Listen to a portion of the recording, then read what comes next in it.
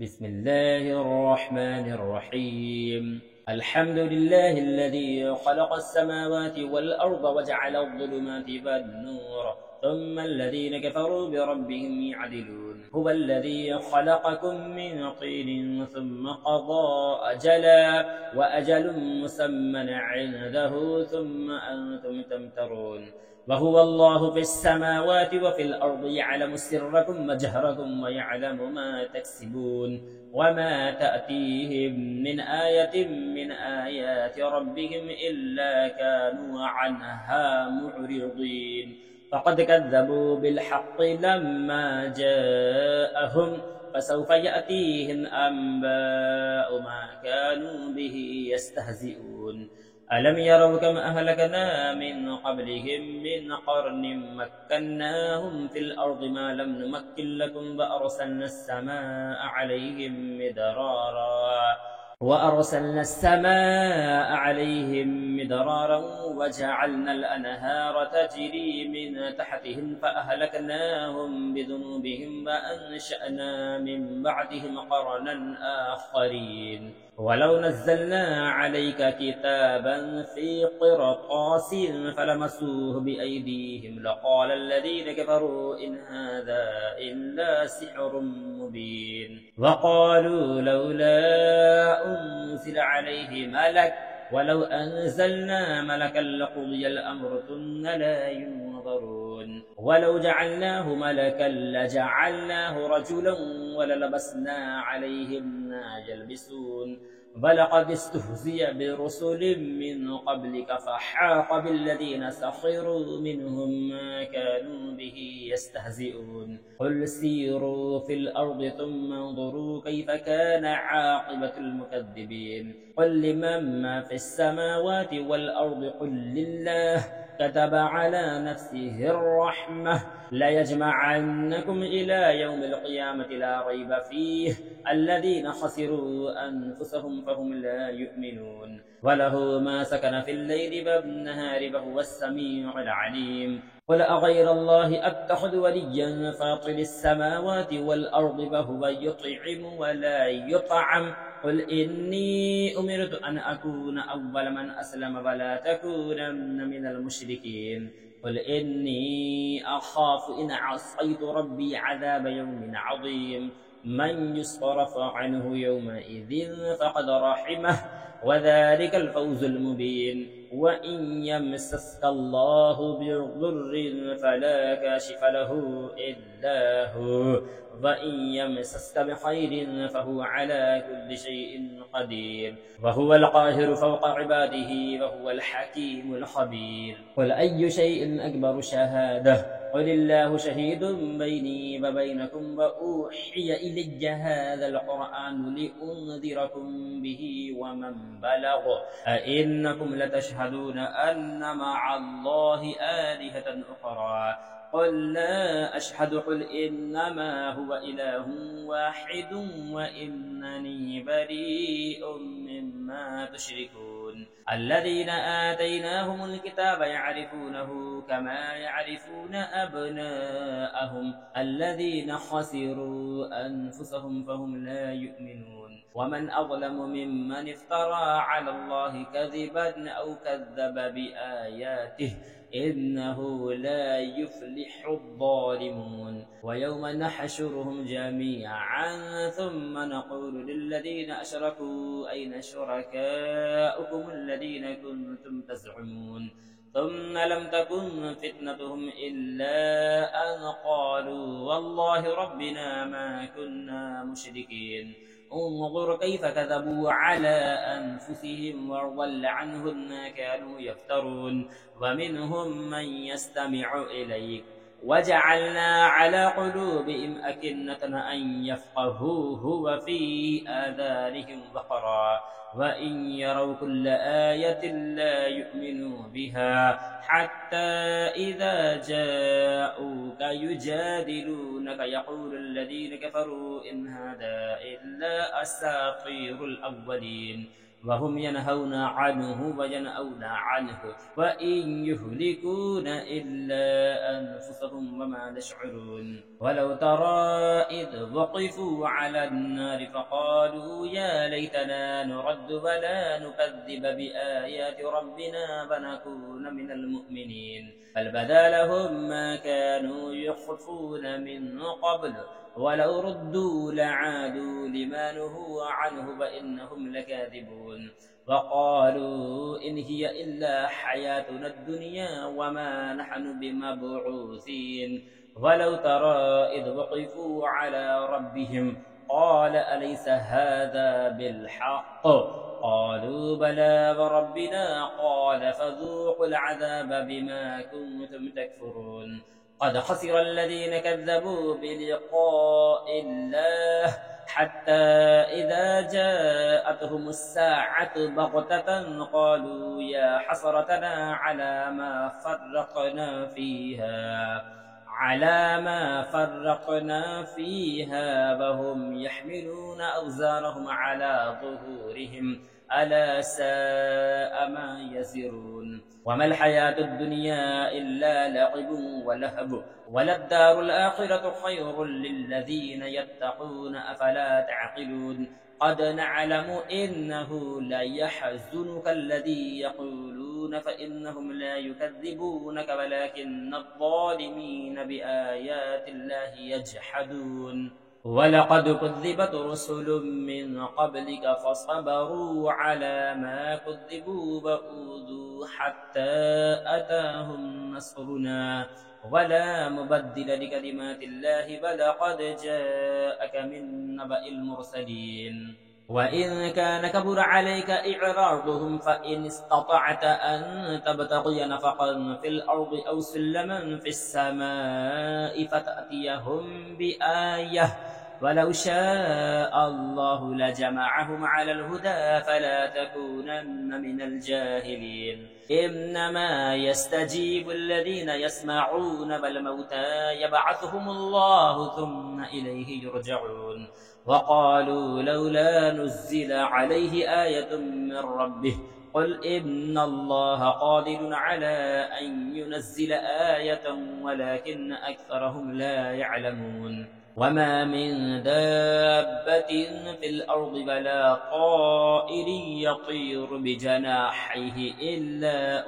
أمثالكم ما فرقنا في الكتاب من شيء ثم إلى ربهم يحشرون والذين كذبوا بآياتنا صم وبكم في الظلمات من يشاء الله يضلله ومن يشاء يجعله على صراط مستقيم قل أرأيتكم إن أتاكم عذاب الله أو أتتكم الساعة أغير الله تدعون إن كنتم صادقين بل إياه تدعون فيكشف ما تدعون إليه إن شاء وتنسون ما تشركون ولقد أرسلنا إلى من قبلك فأخذناهم بالبأساء والضراء لعلهم يتضرعون فلولا إذ جاءهم بأسنا تضرعوا ولكن قست قلوبهم وزين لهم الشيطان ما كانوا يعملون فلما نسوا ما ذكروا به فتحنا عليهم أبواب كل شيء حتى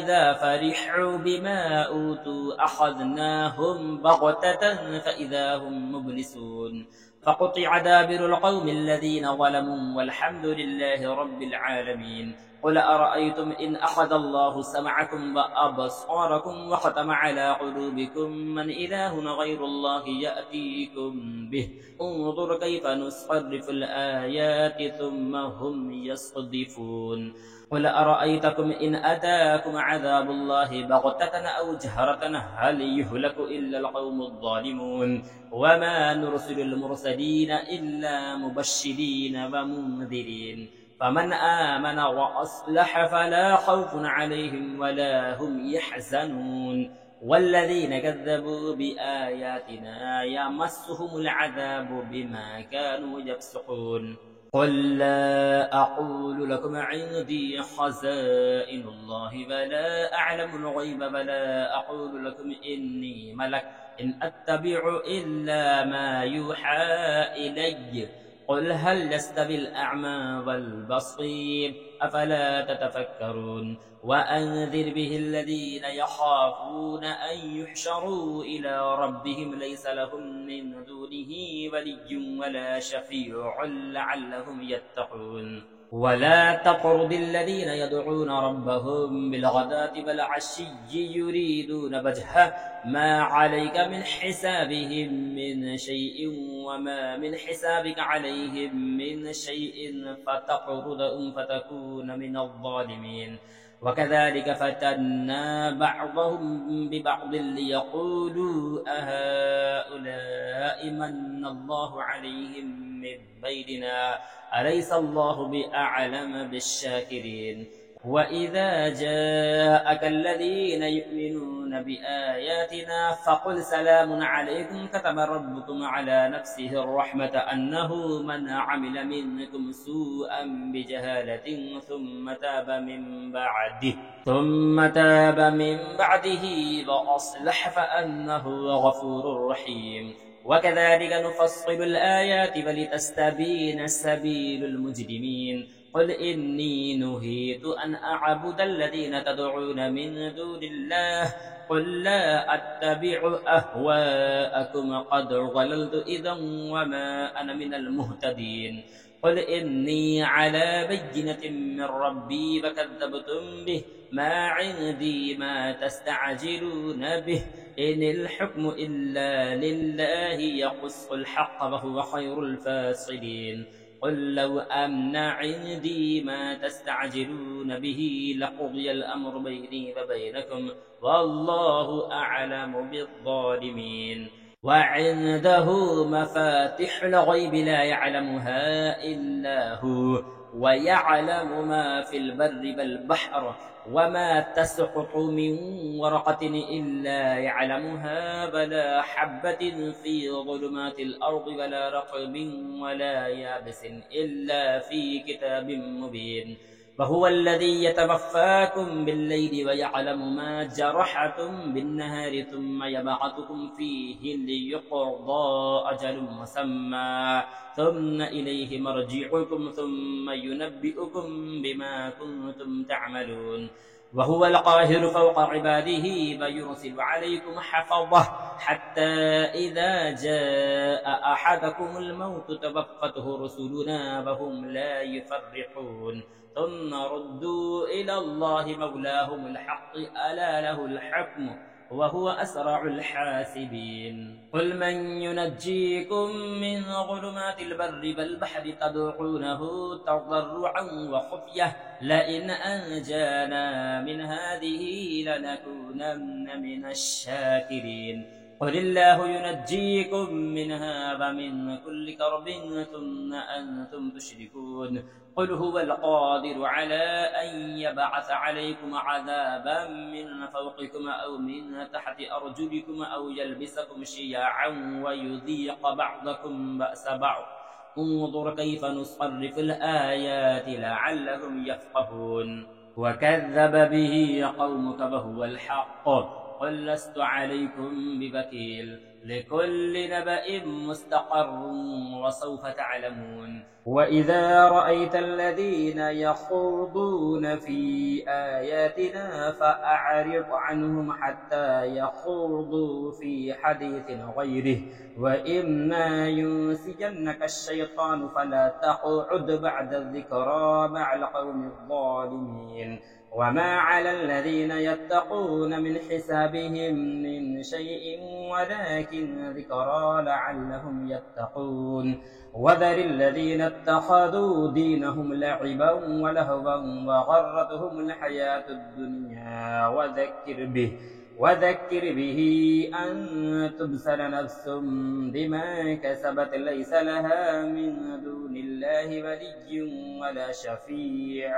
وإن تعدل كل عدل لا يؤخذ منها أولئك الذين أبسلوا بما كسبوا لهم شراب من حميم وعذاب أليم بما كانوا يكفرون قل أندعو من دون الله ما لا ينفعنا ولا يضرنا ونرد على أعقابنا بعد إذ هدانا الله كالذي استهبته الشياطين في الأرض حيران له أصحاب يدعونه إلى الهدى ائتنا قل إن هدى الله هو الهدى وأمرنا لنسلم لرب العالمين وأن أقيموا الصلاة واتقوه وهو الذي إليه تحشرون وهو الذي خلق السماوات والأرض بالحق ويوم يقول كن فيكون قوله الحق وله الملك يوم ينفخ في الصور عالم الغيب والشهادة وهو الحكيم الخبير وإذ قال إبراهيم لأبيه آزر أتتخذ أصناما آلهة إني أراك وقومك في ضلال مبين وكذلك نري إبراهيم ملكوت السماوات والأرض وليكون من الموقنين فلما جن عليه الليل رأى كوكبا قال هذا ربي فلما أفل قال لا أحب الآفلين فلما رأى القمر بازغا قال هذا ربي فلما أفل قال لئن لم يهدني ربي لأكونن من القوم الضالين فلما رأى الشمس بازغة قال هذا ربي هذا أكبر فلما أفلت قال يا قوم إني بريء مما تشركون إني وجهت وجهي للذي فطر السماوات والأرض حنيفا وما أنا من المشركين وحاجه قومه قال أتحاجوني في الله وقد هدان ولا أخاف ما تشركون به إلا أن يشاء ربي شيئا وسع ربي كل شيء علما أفلا تتذكرون وكيف أخاف ما أشركتم ولا تخافون أنكم أشركتم بالله ما لم ينزل به عليكم سلطانا فأي الفريقين أحق بالأمن إن كنتم تعلمون الذين آمنوا ولم يلبسوا إيمانهم بظلم أولئك لهم الأمن وهم مهتدون وتلك حجتنا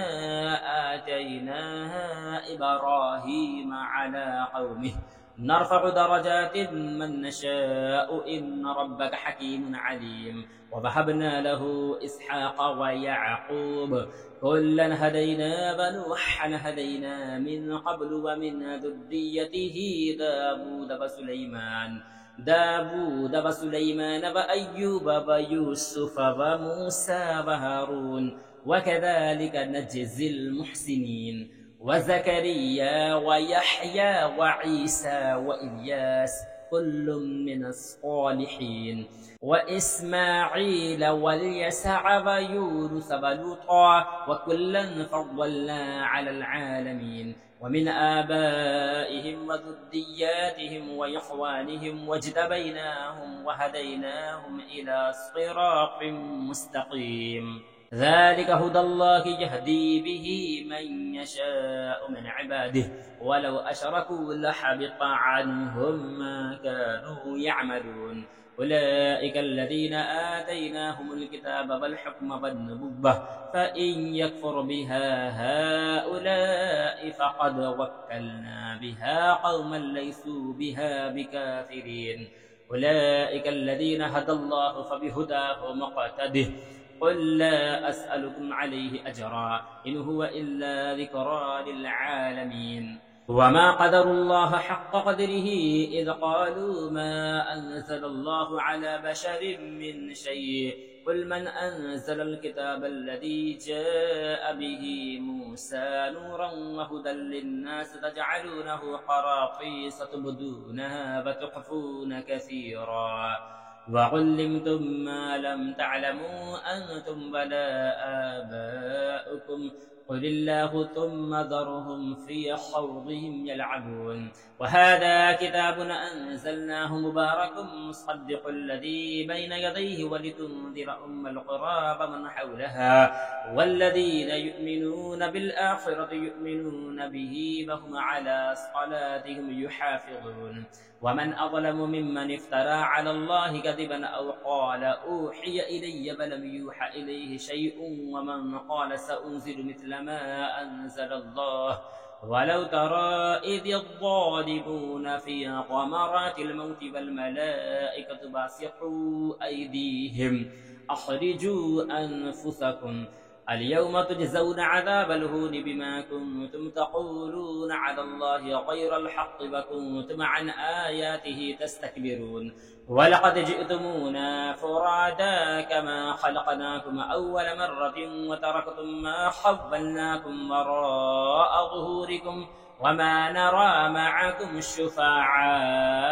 الذين زعمتم أنهم فيكم شركاء لقد تقطع بينكم وضل عنكم ما كنتم تزعمون إن الله فالق الحب والنبى يخرج الحي من الميت ومخرج الميت من الحي ذلكم الله فأنى تؤفكون فالق الإصباح وجعل الليل سكنا والشمس والقمر حسبانا ذلك تقدير العزيز العليم وهو الذي جعل لكم النجوم لتهتدوا بها في ظلمات البر والبحر قد فصلنا الآيات لقوم يعلمون وهو الذي أنشأكم من نفس واحدة فمستقر ومستودع قد فصلنا الآيات لقوم يفقهون وهو الذي أنزل من السماء ماء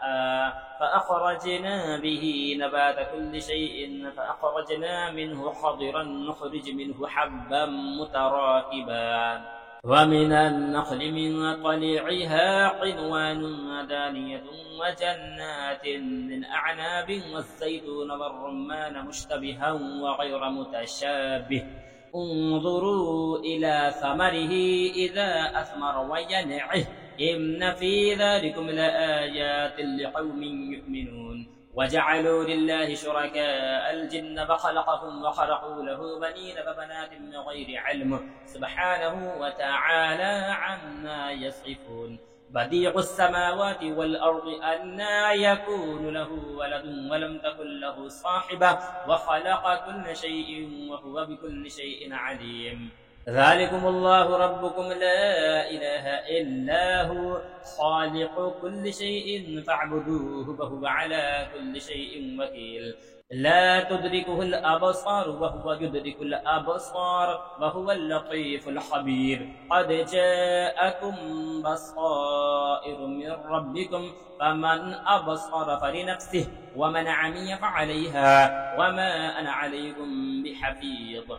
وكذلك نصرف الآيات فليقولوا درست فلنبينه لقوم يعلمون اتبع ما أوحي إليك من ربك لا إله إلا هو وأعرض عن المشركين ولو شاء الله ما أشركوا وما جعلناك عليهم حفيظا وما أنت عليهم بوكيل ولا تسبوا الذين يدعون من دون الله فتسبوا الله عدوا بغير علم كذلك زينا لكل أمة عملهم ثم إلى ربهم مرجعهم فينبئهم بما كانوا يعملون وأقسموا بالله جهد أيمانهم لئن جاءتهم آية ليؤمنن بها قل إنما الآيات عند الله وما يشعركم أنها إذا جاءت لا يؤمنون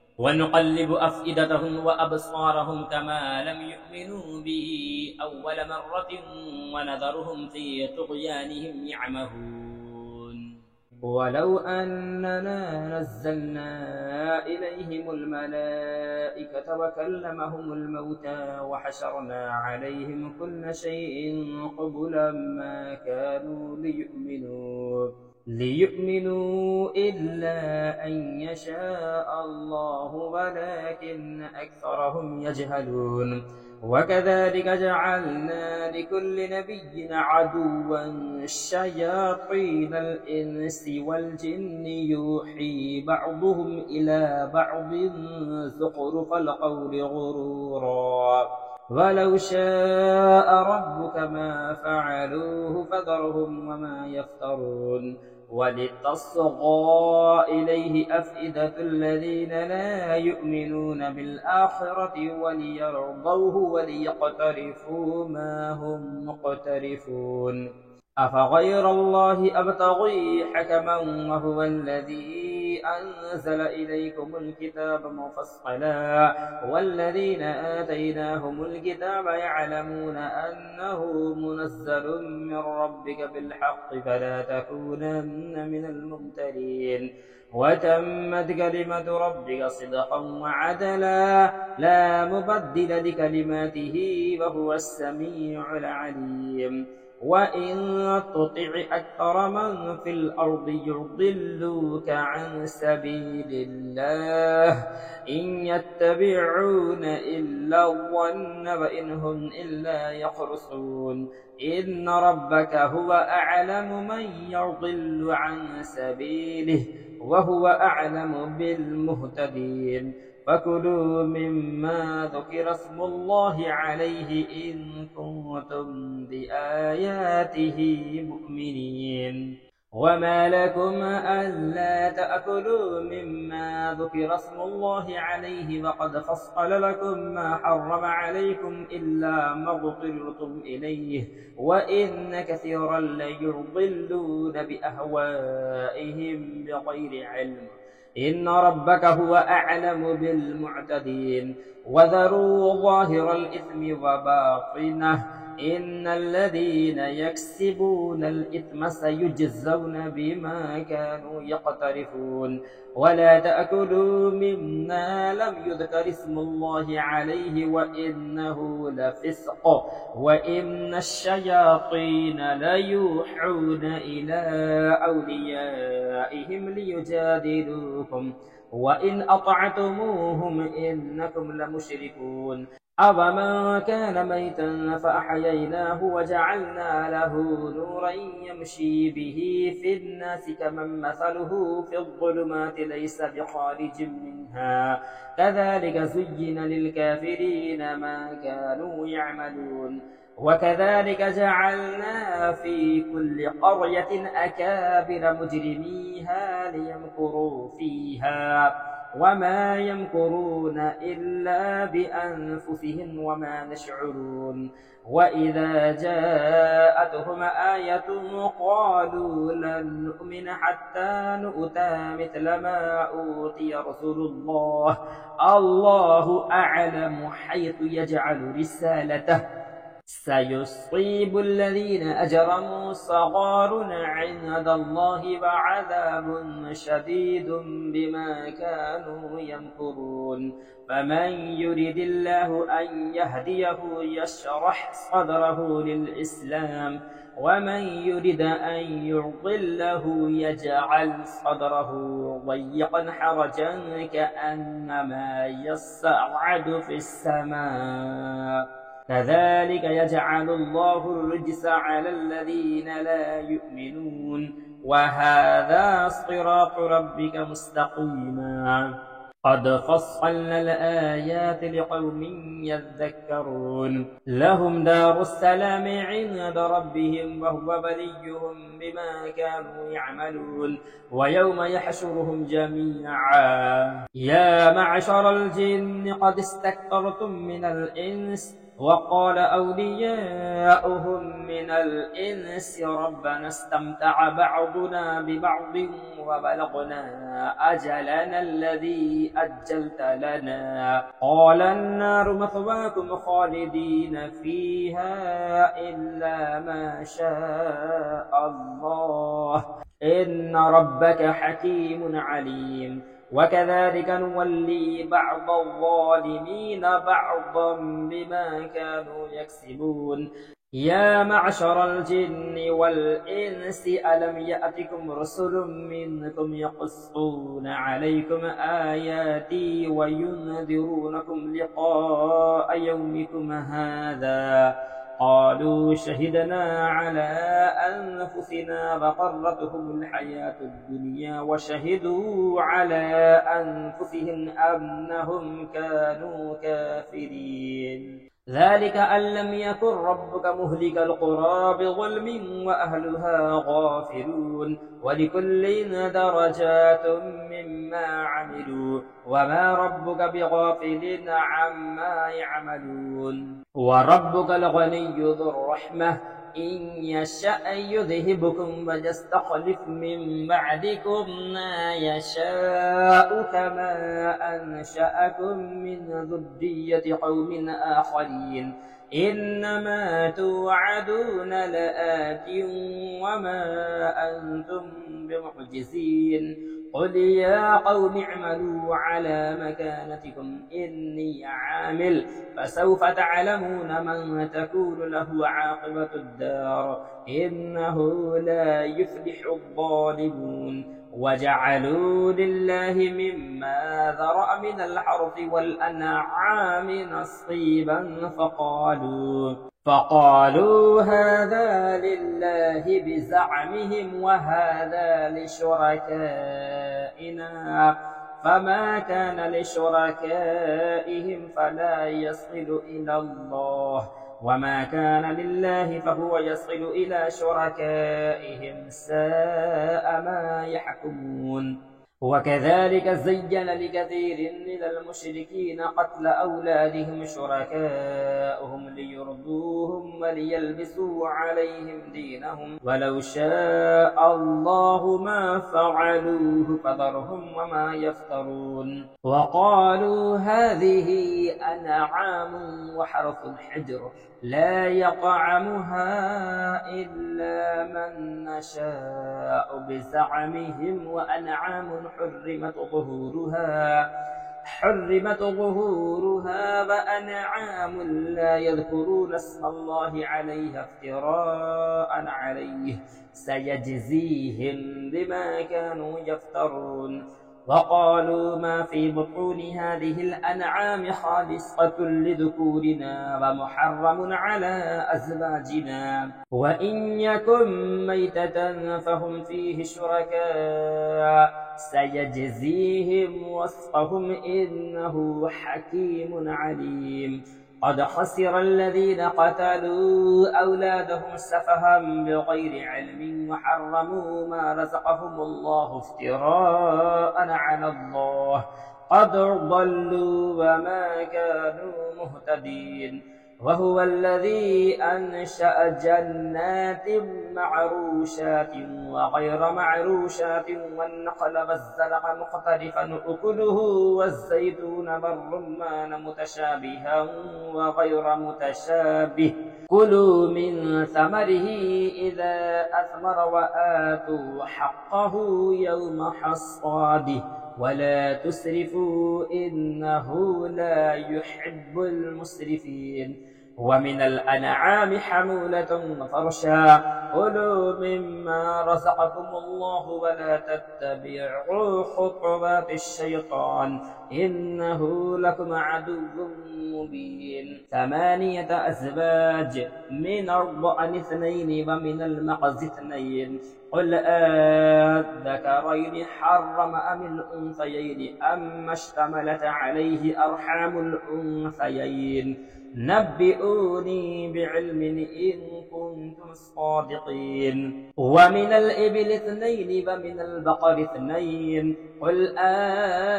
الذكرين حرم أم الأنثيين أما اشتملت عليه أرحام الأنثيين أم كنتم شهداء إذ وصاكم الله بهذا فمن أظلم ممن افترى على الله كذبا ليضل الناس بغير علم إن الله لا يهدي القوم الظالمين قل لا أجد فيما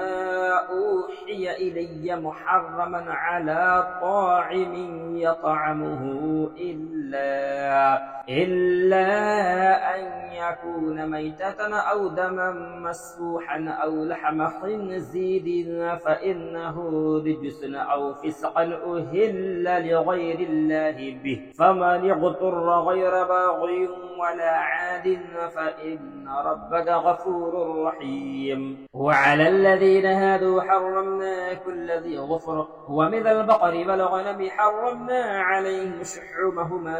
إلا ما حملت ظهورهما أو الحمايا أو ما اختلط بعظم، ذلك جزيناهم ببغيهم وإنا لصادقون. فإن كذبوك فقل ربكم ذو رحمة واسعة ولا يرد بأسه عن القوم المجرمين. سيقول الذين أشركوا لو شاء الله ما أشركنا ولا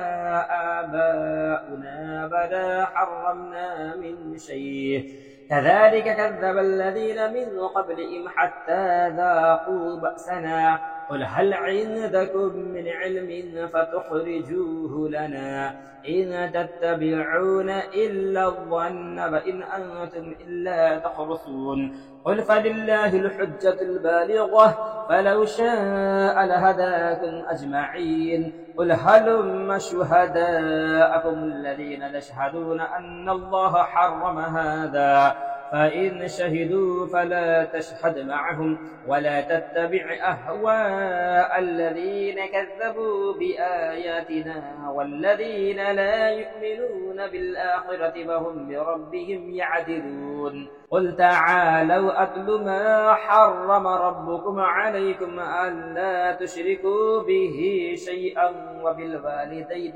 إحسانا ولا تقتلوا أولادكم من إملاق، نحن نرزقكم وإياهم ولا تقربوا الفواحش ما ظهر منها وما بطن ولا تقتلوا النفس التي حرم الله إلا بالحق، ذلكم وصاكم به لعلكم تعقلون. ولا تقربوا مال اليتيم إلا بالتي هي أحسن حتى يبلغ أشده، وأوفوا الكيل والميزان بالقسط، لا نكلف نفسا إلا وسعها، وإذا قلتم فاعدلوا ولو كان ذا قربى، وبعهد الله أوفوا، ذلكم وصاكم به لعلكم تذكرون. وأن هذا صراطي مستقيما فاتبعوه ولا تتبعوا السبل فتفرق بكم عن سبيله، ذلكم وصاكم به لعلكم تتقون. ثم آتينا موسى الكتاب تماما على الذي أحسن وتفصيلا لكل شيء وهدى ورحمة لعلهم بلقاء ربهم يؤمنون. وهذا كتاب أنزلناه مبارك فاتبعوه واتقوا لعلكم ترحمون. أن تقولوا إنما أنزل الكتاب على طائفتين من قبلنا وإن كنا عن دراستهم لغافلين، أو تقولوا لو أنا أنزل علينا الكتاب لكنا أهدى منهم، فقد جاءكم بينة من ربكم وهدى ورحمة، فمن أظلم ممن كذب بآيات الله وصدف عنها. سنجزي الذين يصدفون عن آياتنا سوء العذاب بما كانوا يصدفون. هل ينظرون إلا أن تأتيهم الملائكة أو يأتي ربك أو يأتي بعض آيات ربك؟ يوم يأتي بعض آيات ربك لا ينفع نفسا إيمانها لم تكن آمنت من قبل أو كسبت في إيمانها خيرا. قل انتظروا إنا منتظرون. إن الذين فرقوا دينهم وكانوا شيعا لست منهم في شيء إنما أمرهم إلى الله ثم ينبئهم بما كانوا يفعلون من جاء بالحسنة فله 10 أمثالها ومن جاء بالسيئة فلا يجزى إلا مثلها وهم لا يظلمون قل إنني هداني ربي إلى صراط مستقيم دينا قيما ملة إبراهيم حنيفا وما كان من المشركين قل إن صلاتي ونسكي ومحياي ومماتي لله رب العالمين لا شريك له وبذلك أمرت وأنا أفضل المسلمين قل أغير الله أبغي ربا وهو رب كل شيء ولا تكسب كل نفس إلا عليها ولا تزر وازرة وزر أخرى ثم إلى ربكم مرجعكم فينبئكم بما كنتم فيه تختلفون فهو الذي جعلكم خلائف الأرض ورفع بعضكم فوق بعض درجات ليبلوكم فيما آتاكم إن ربك سريع العقاب وإنه لغفور رحيم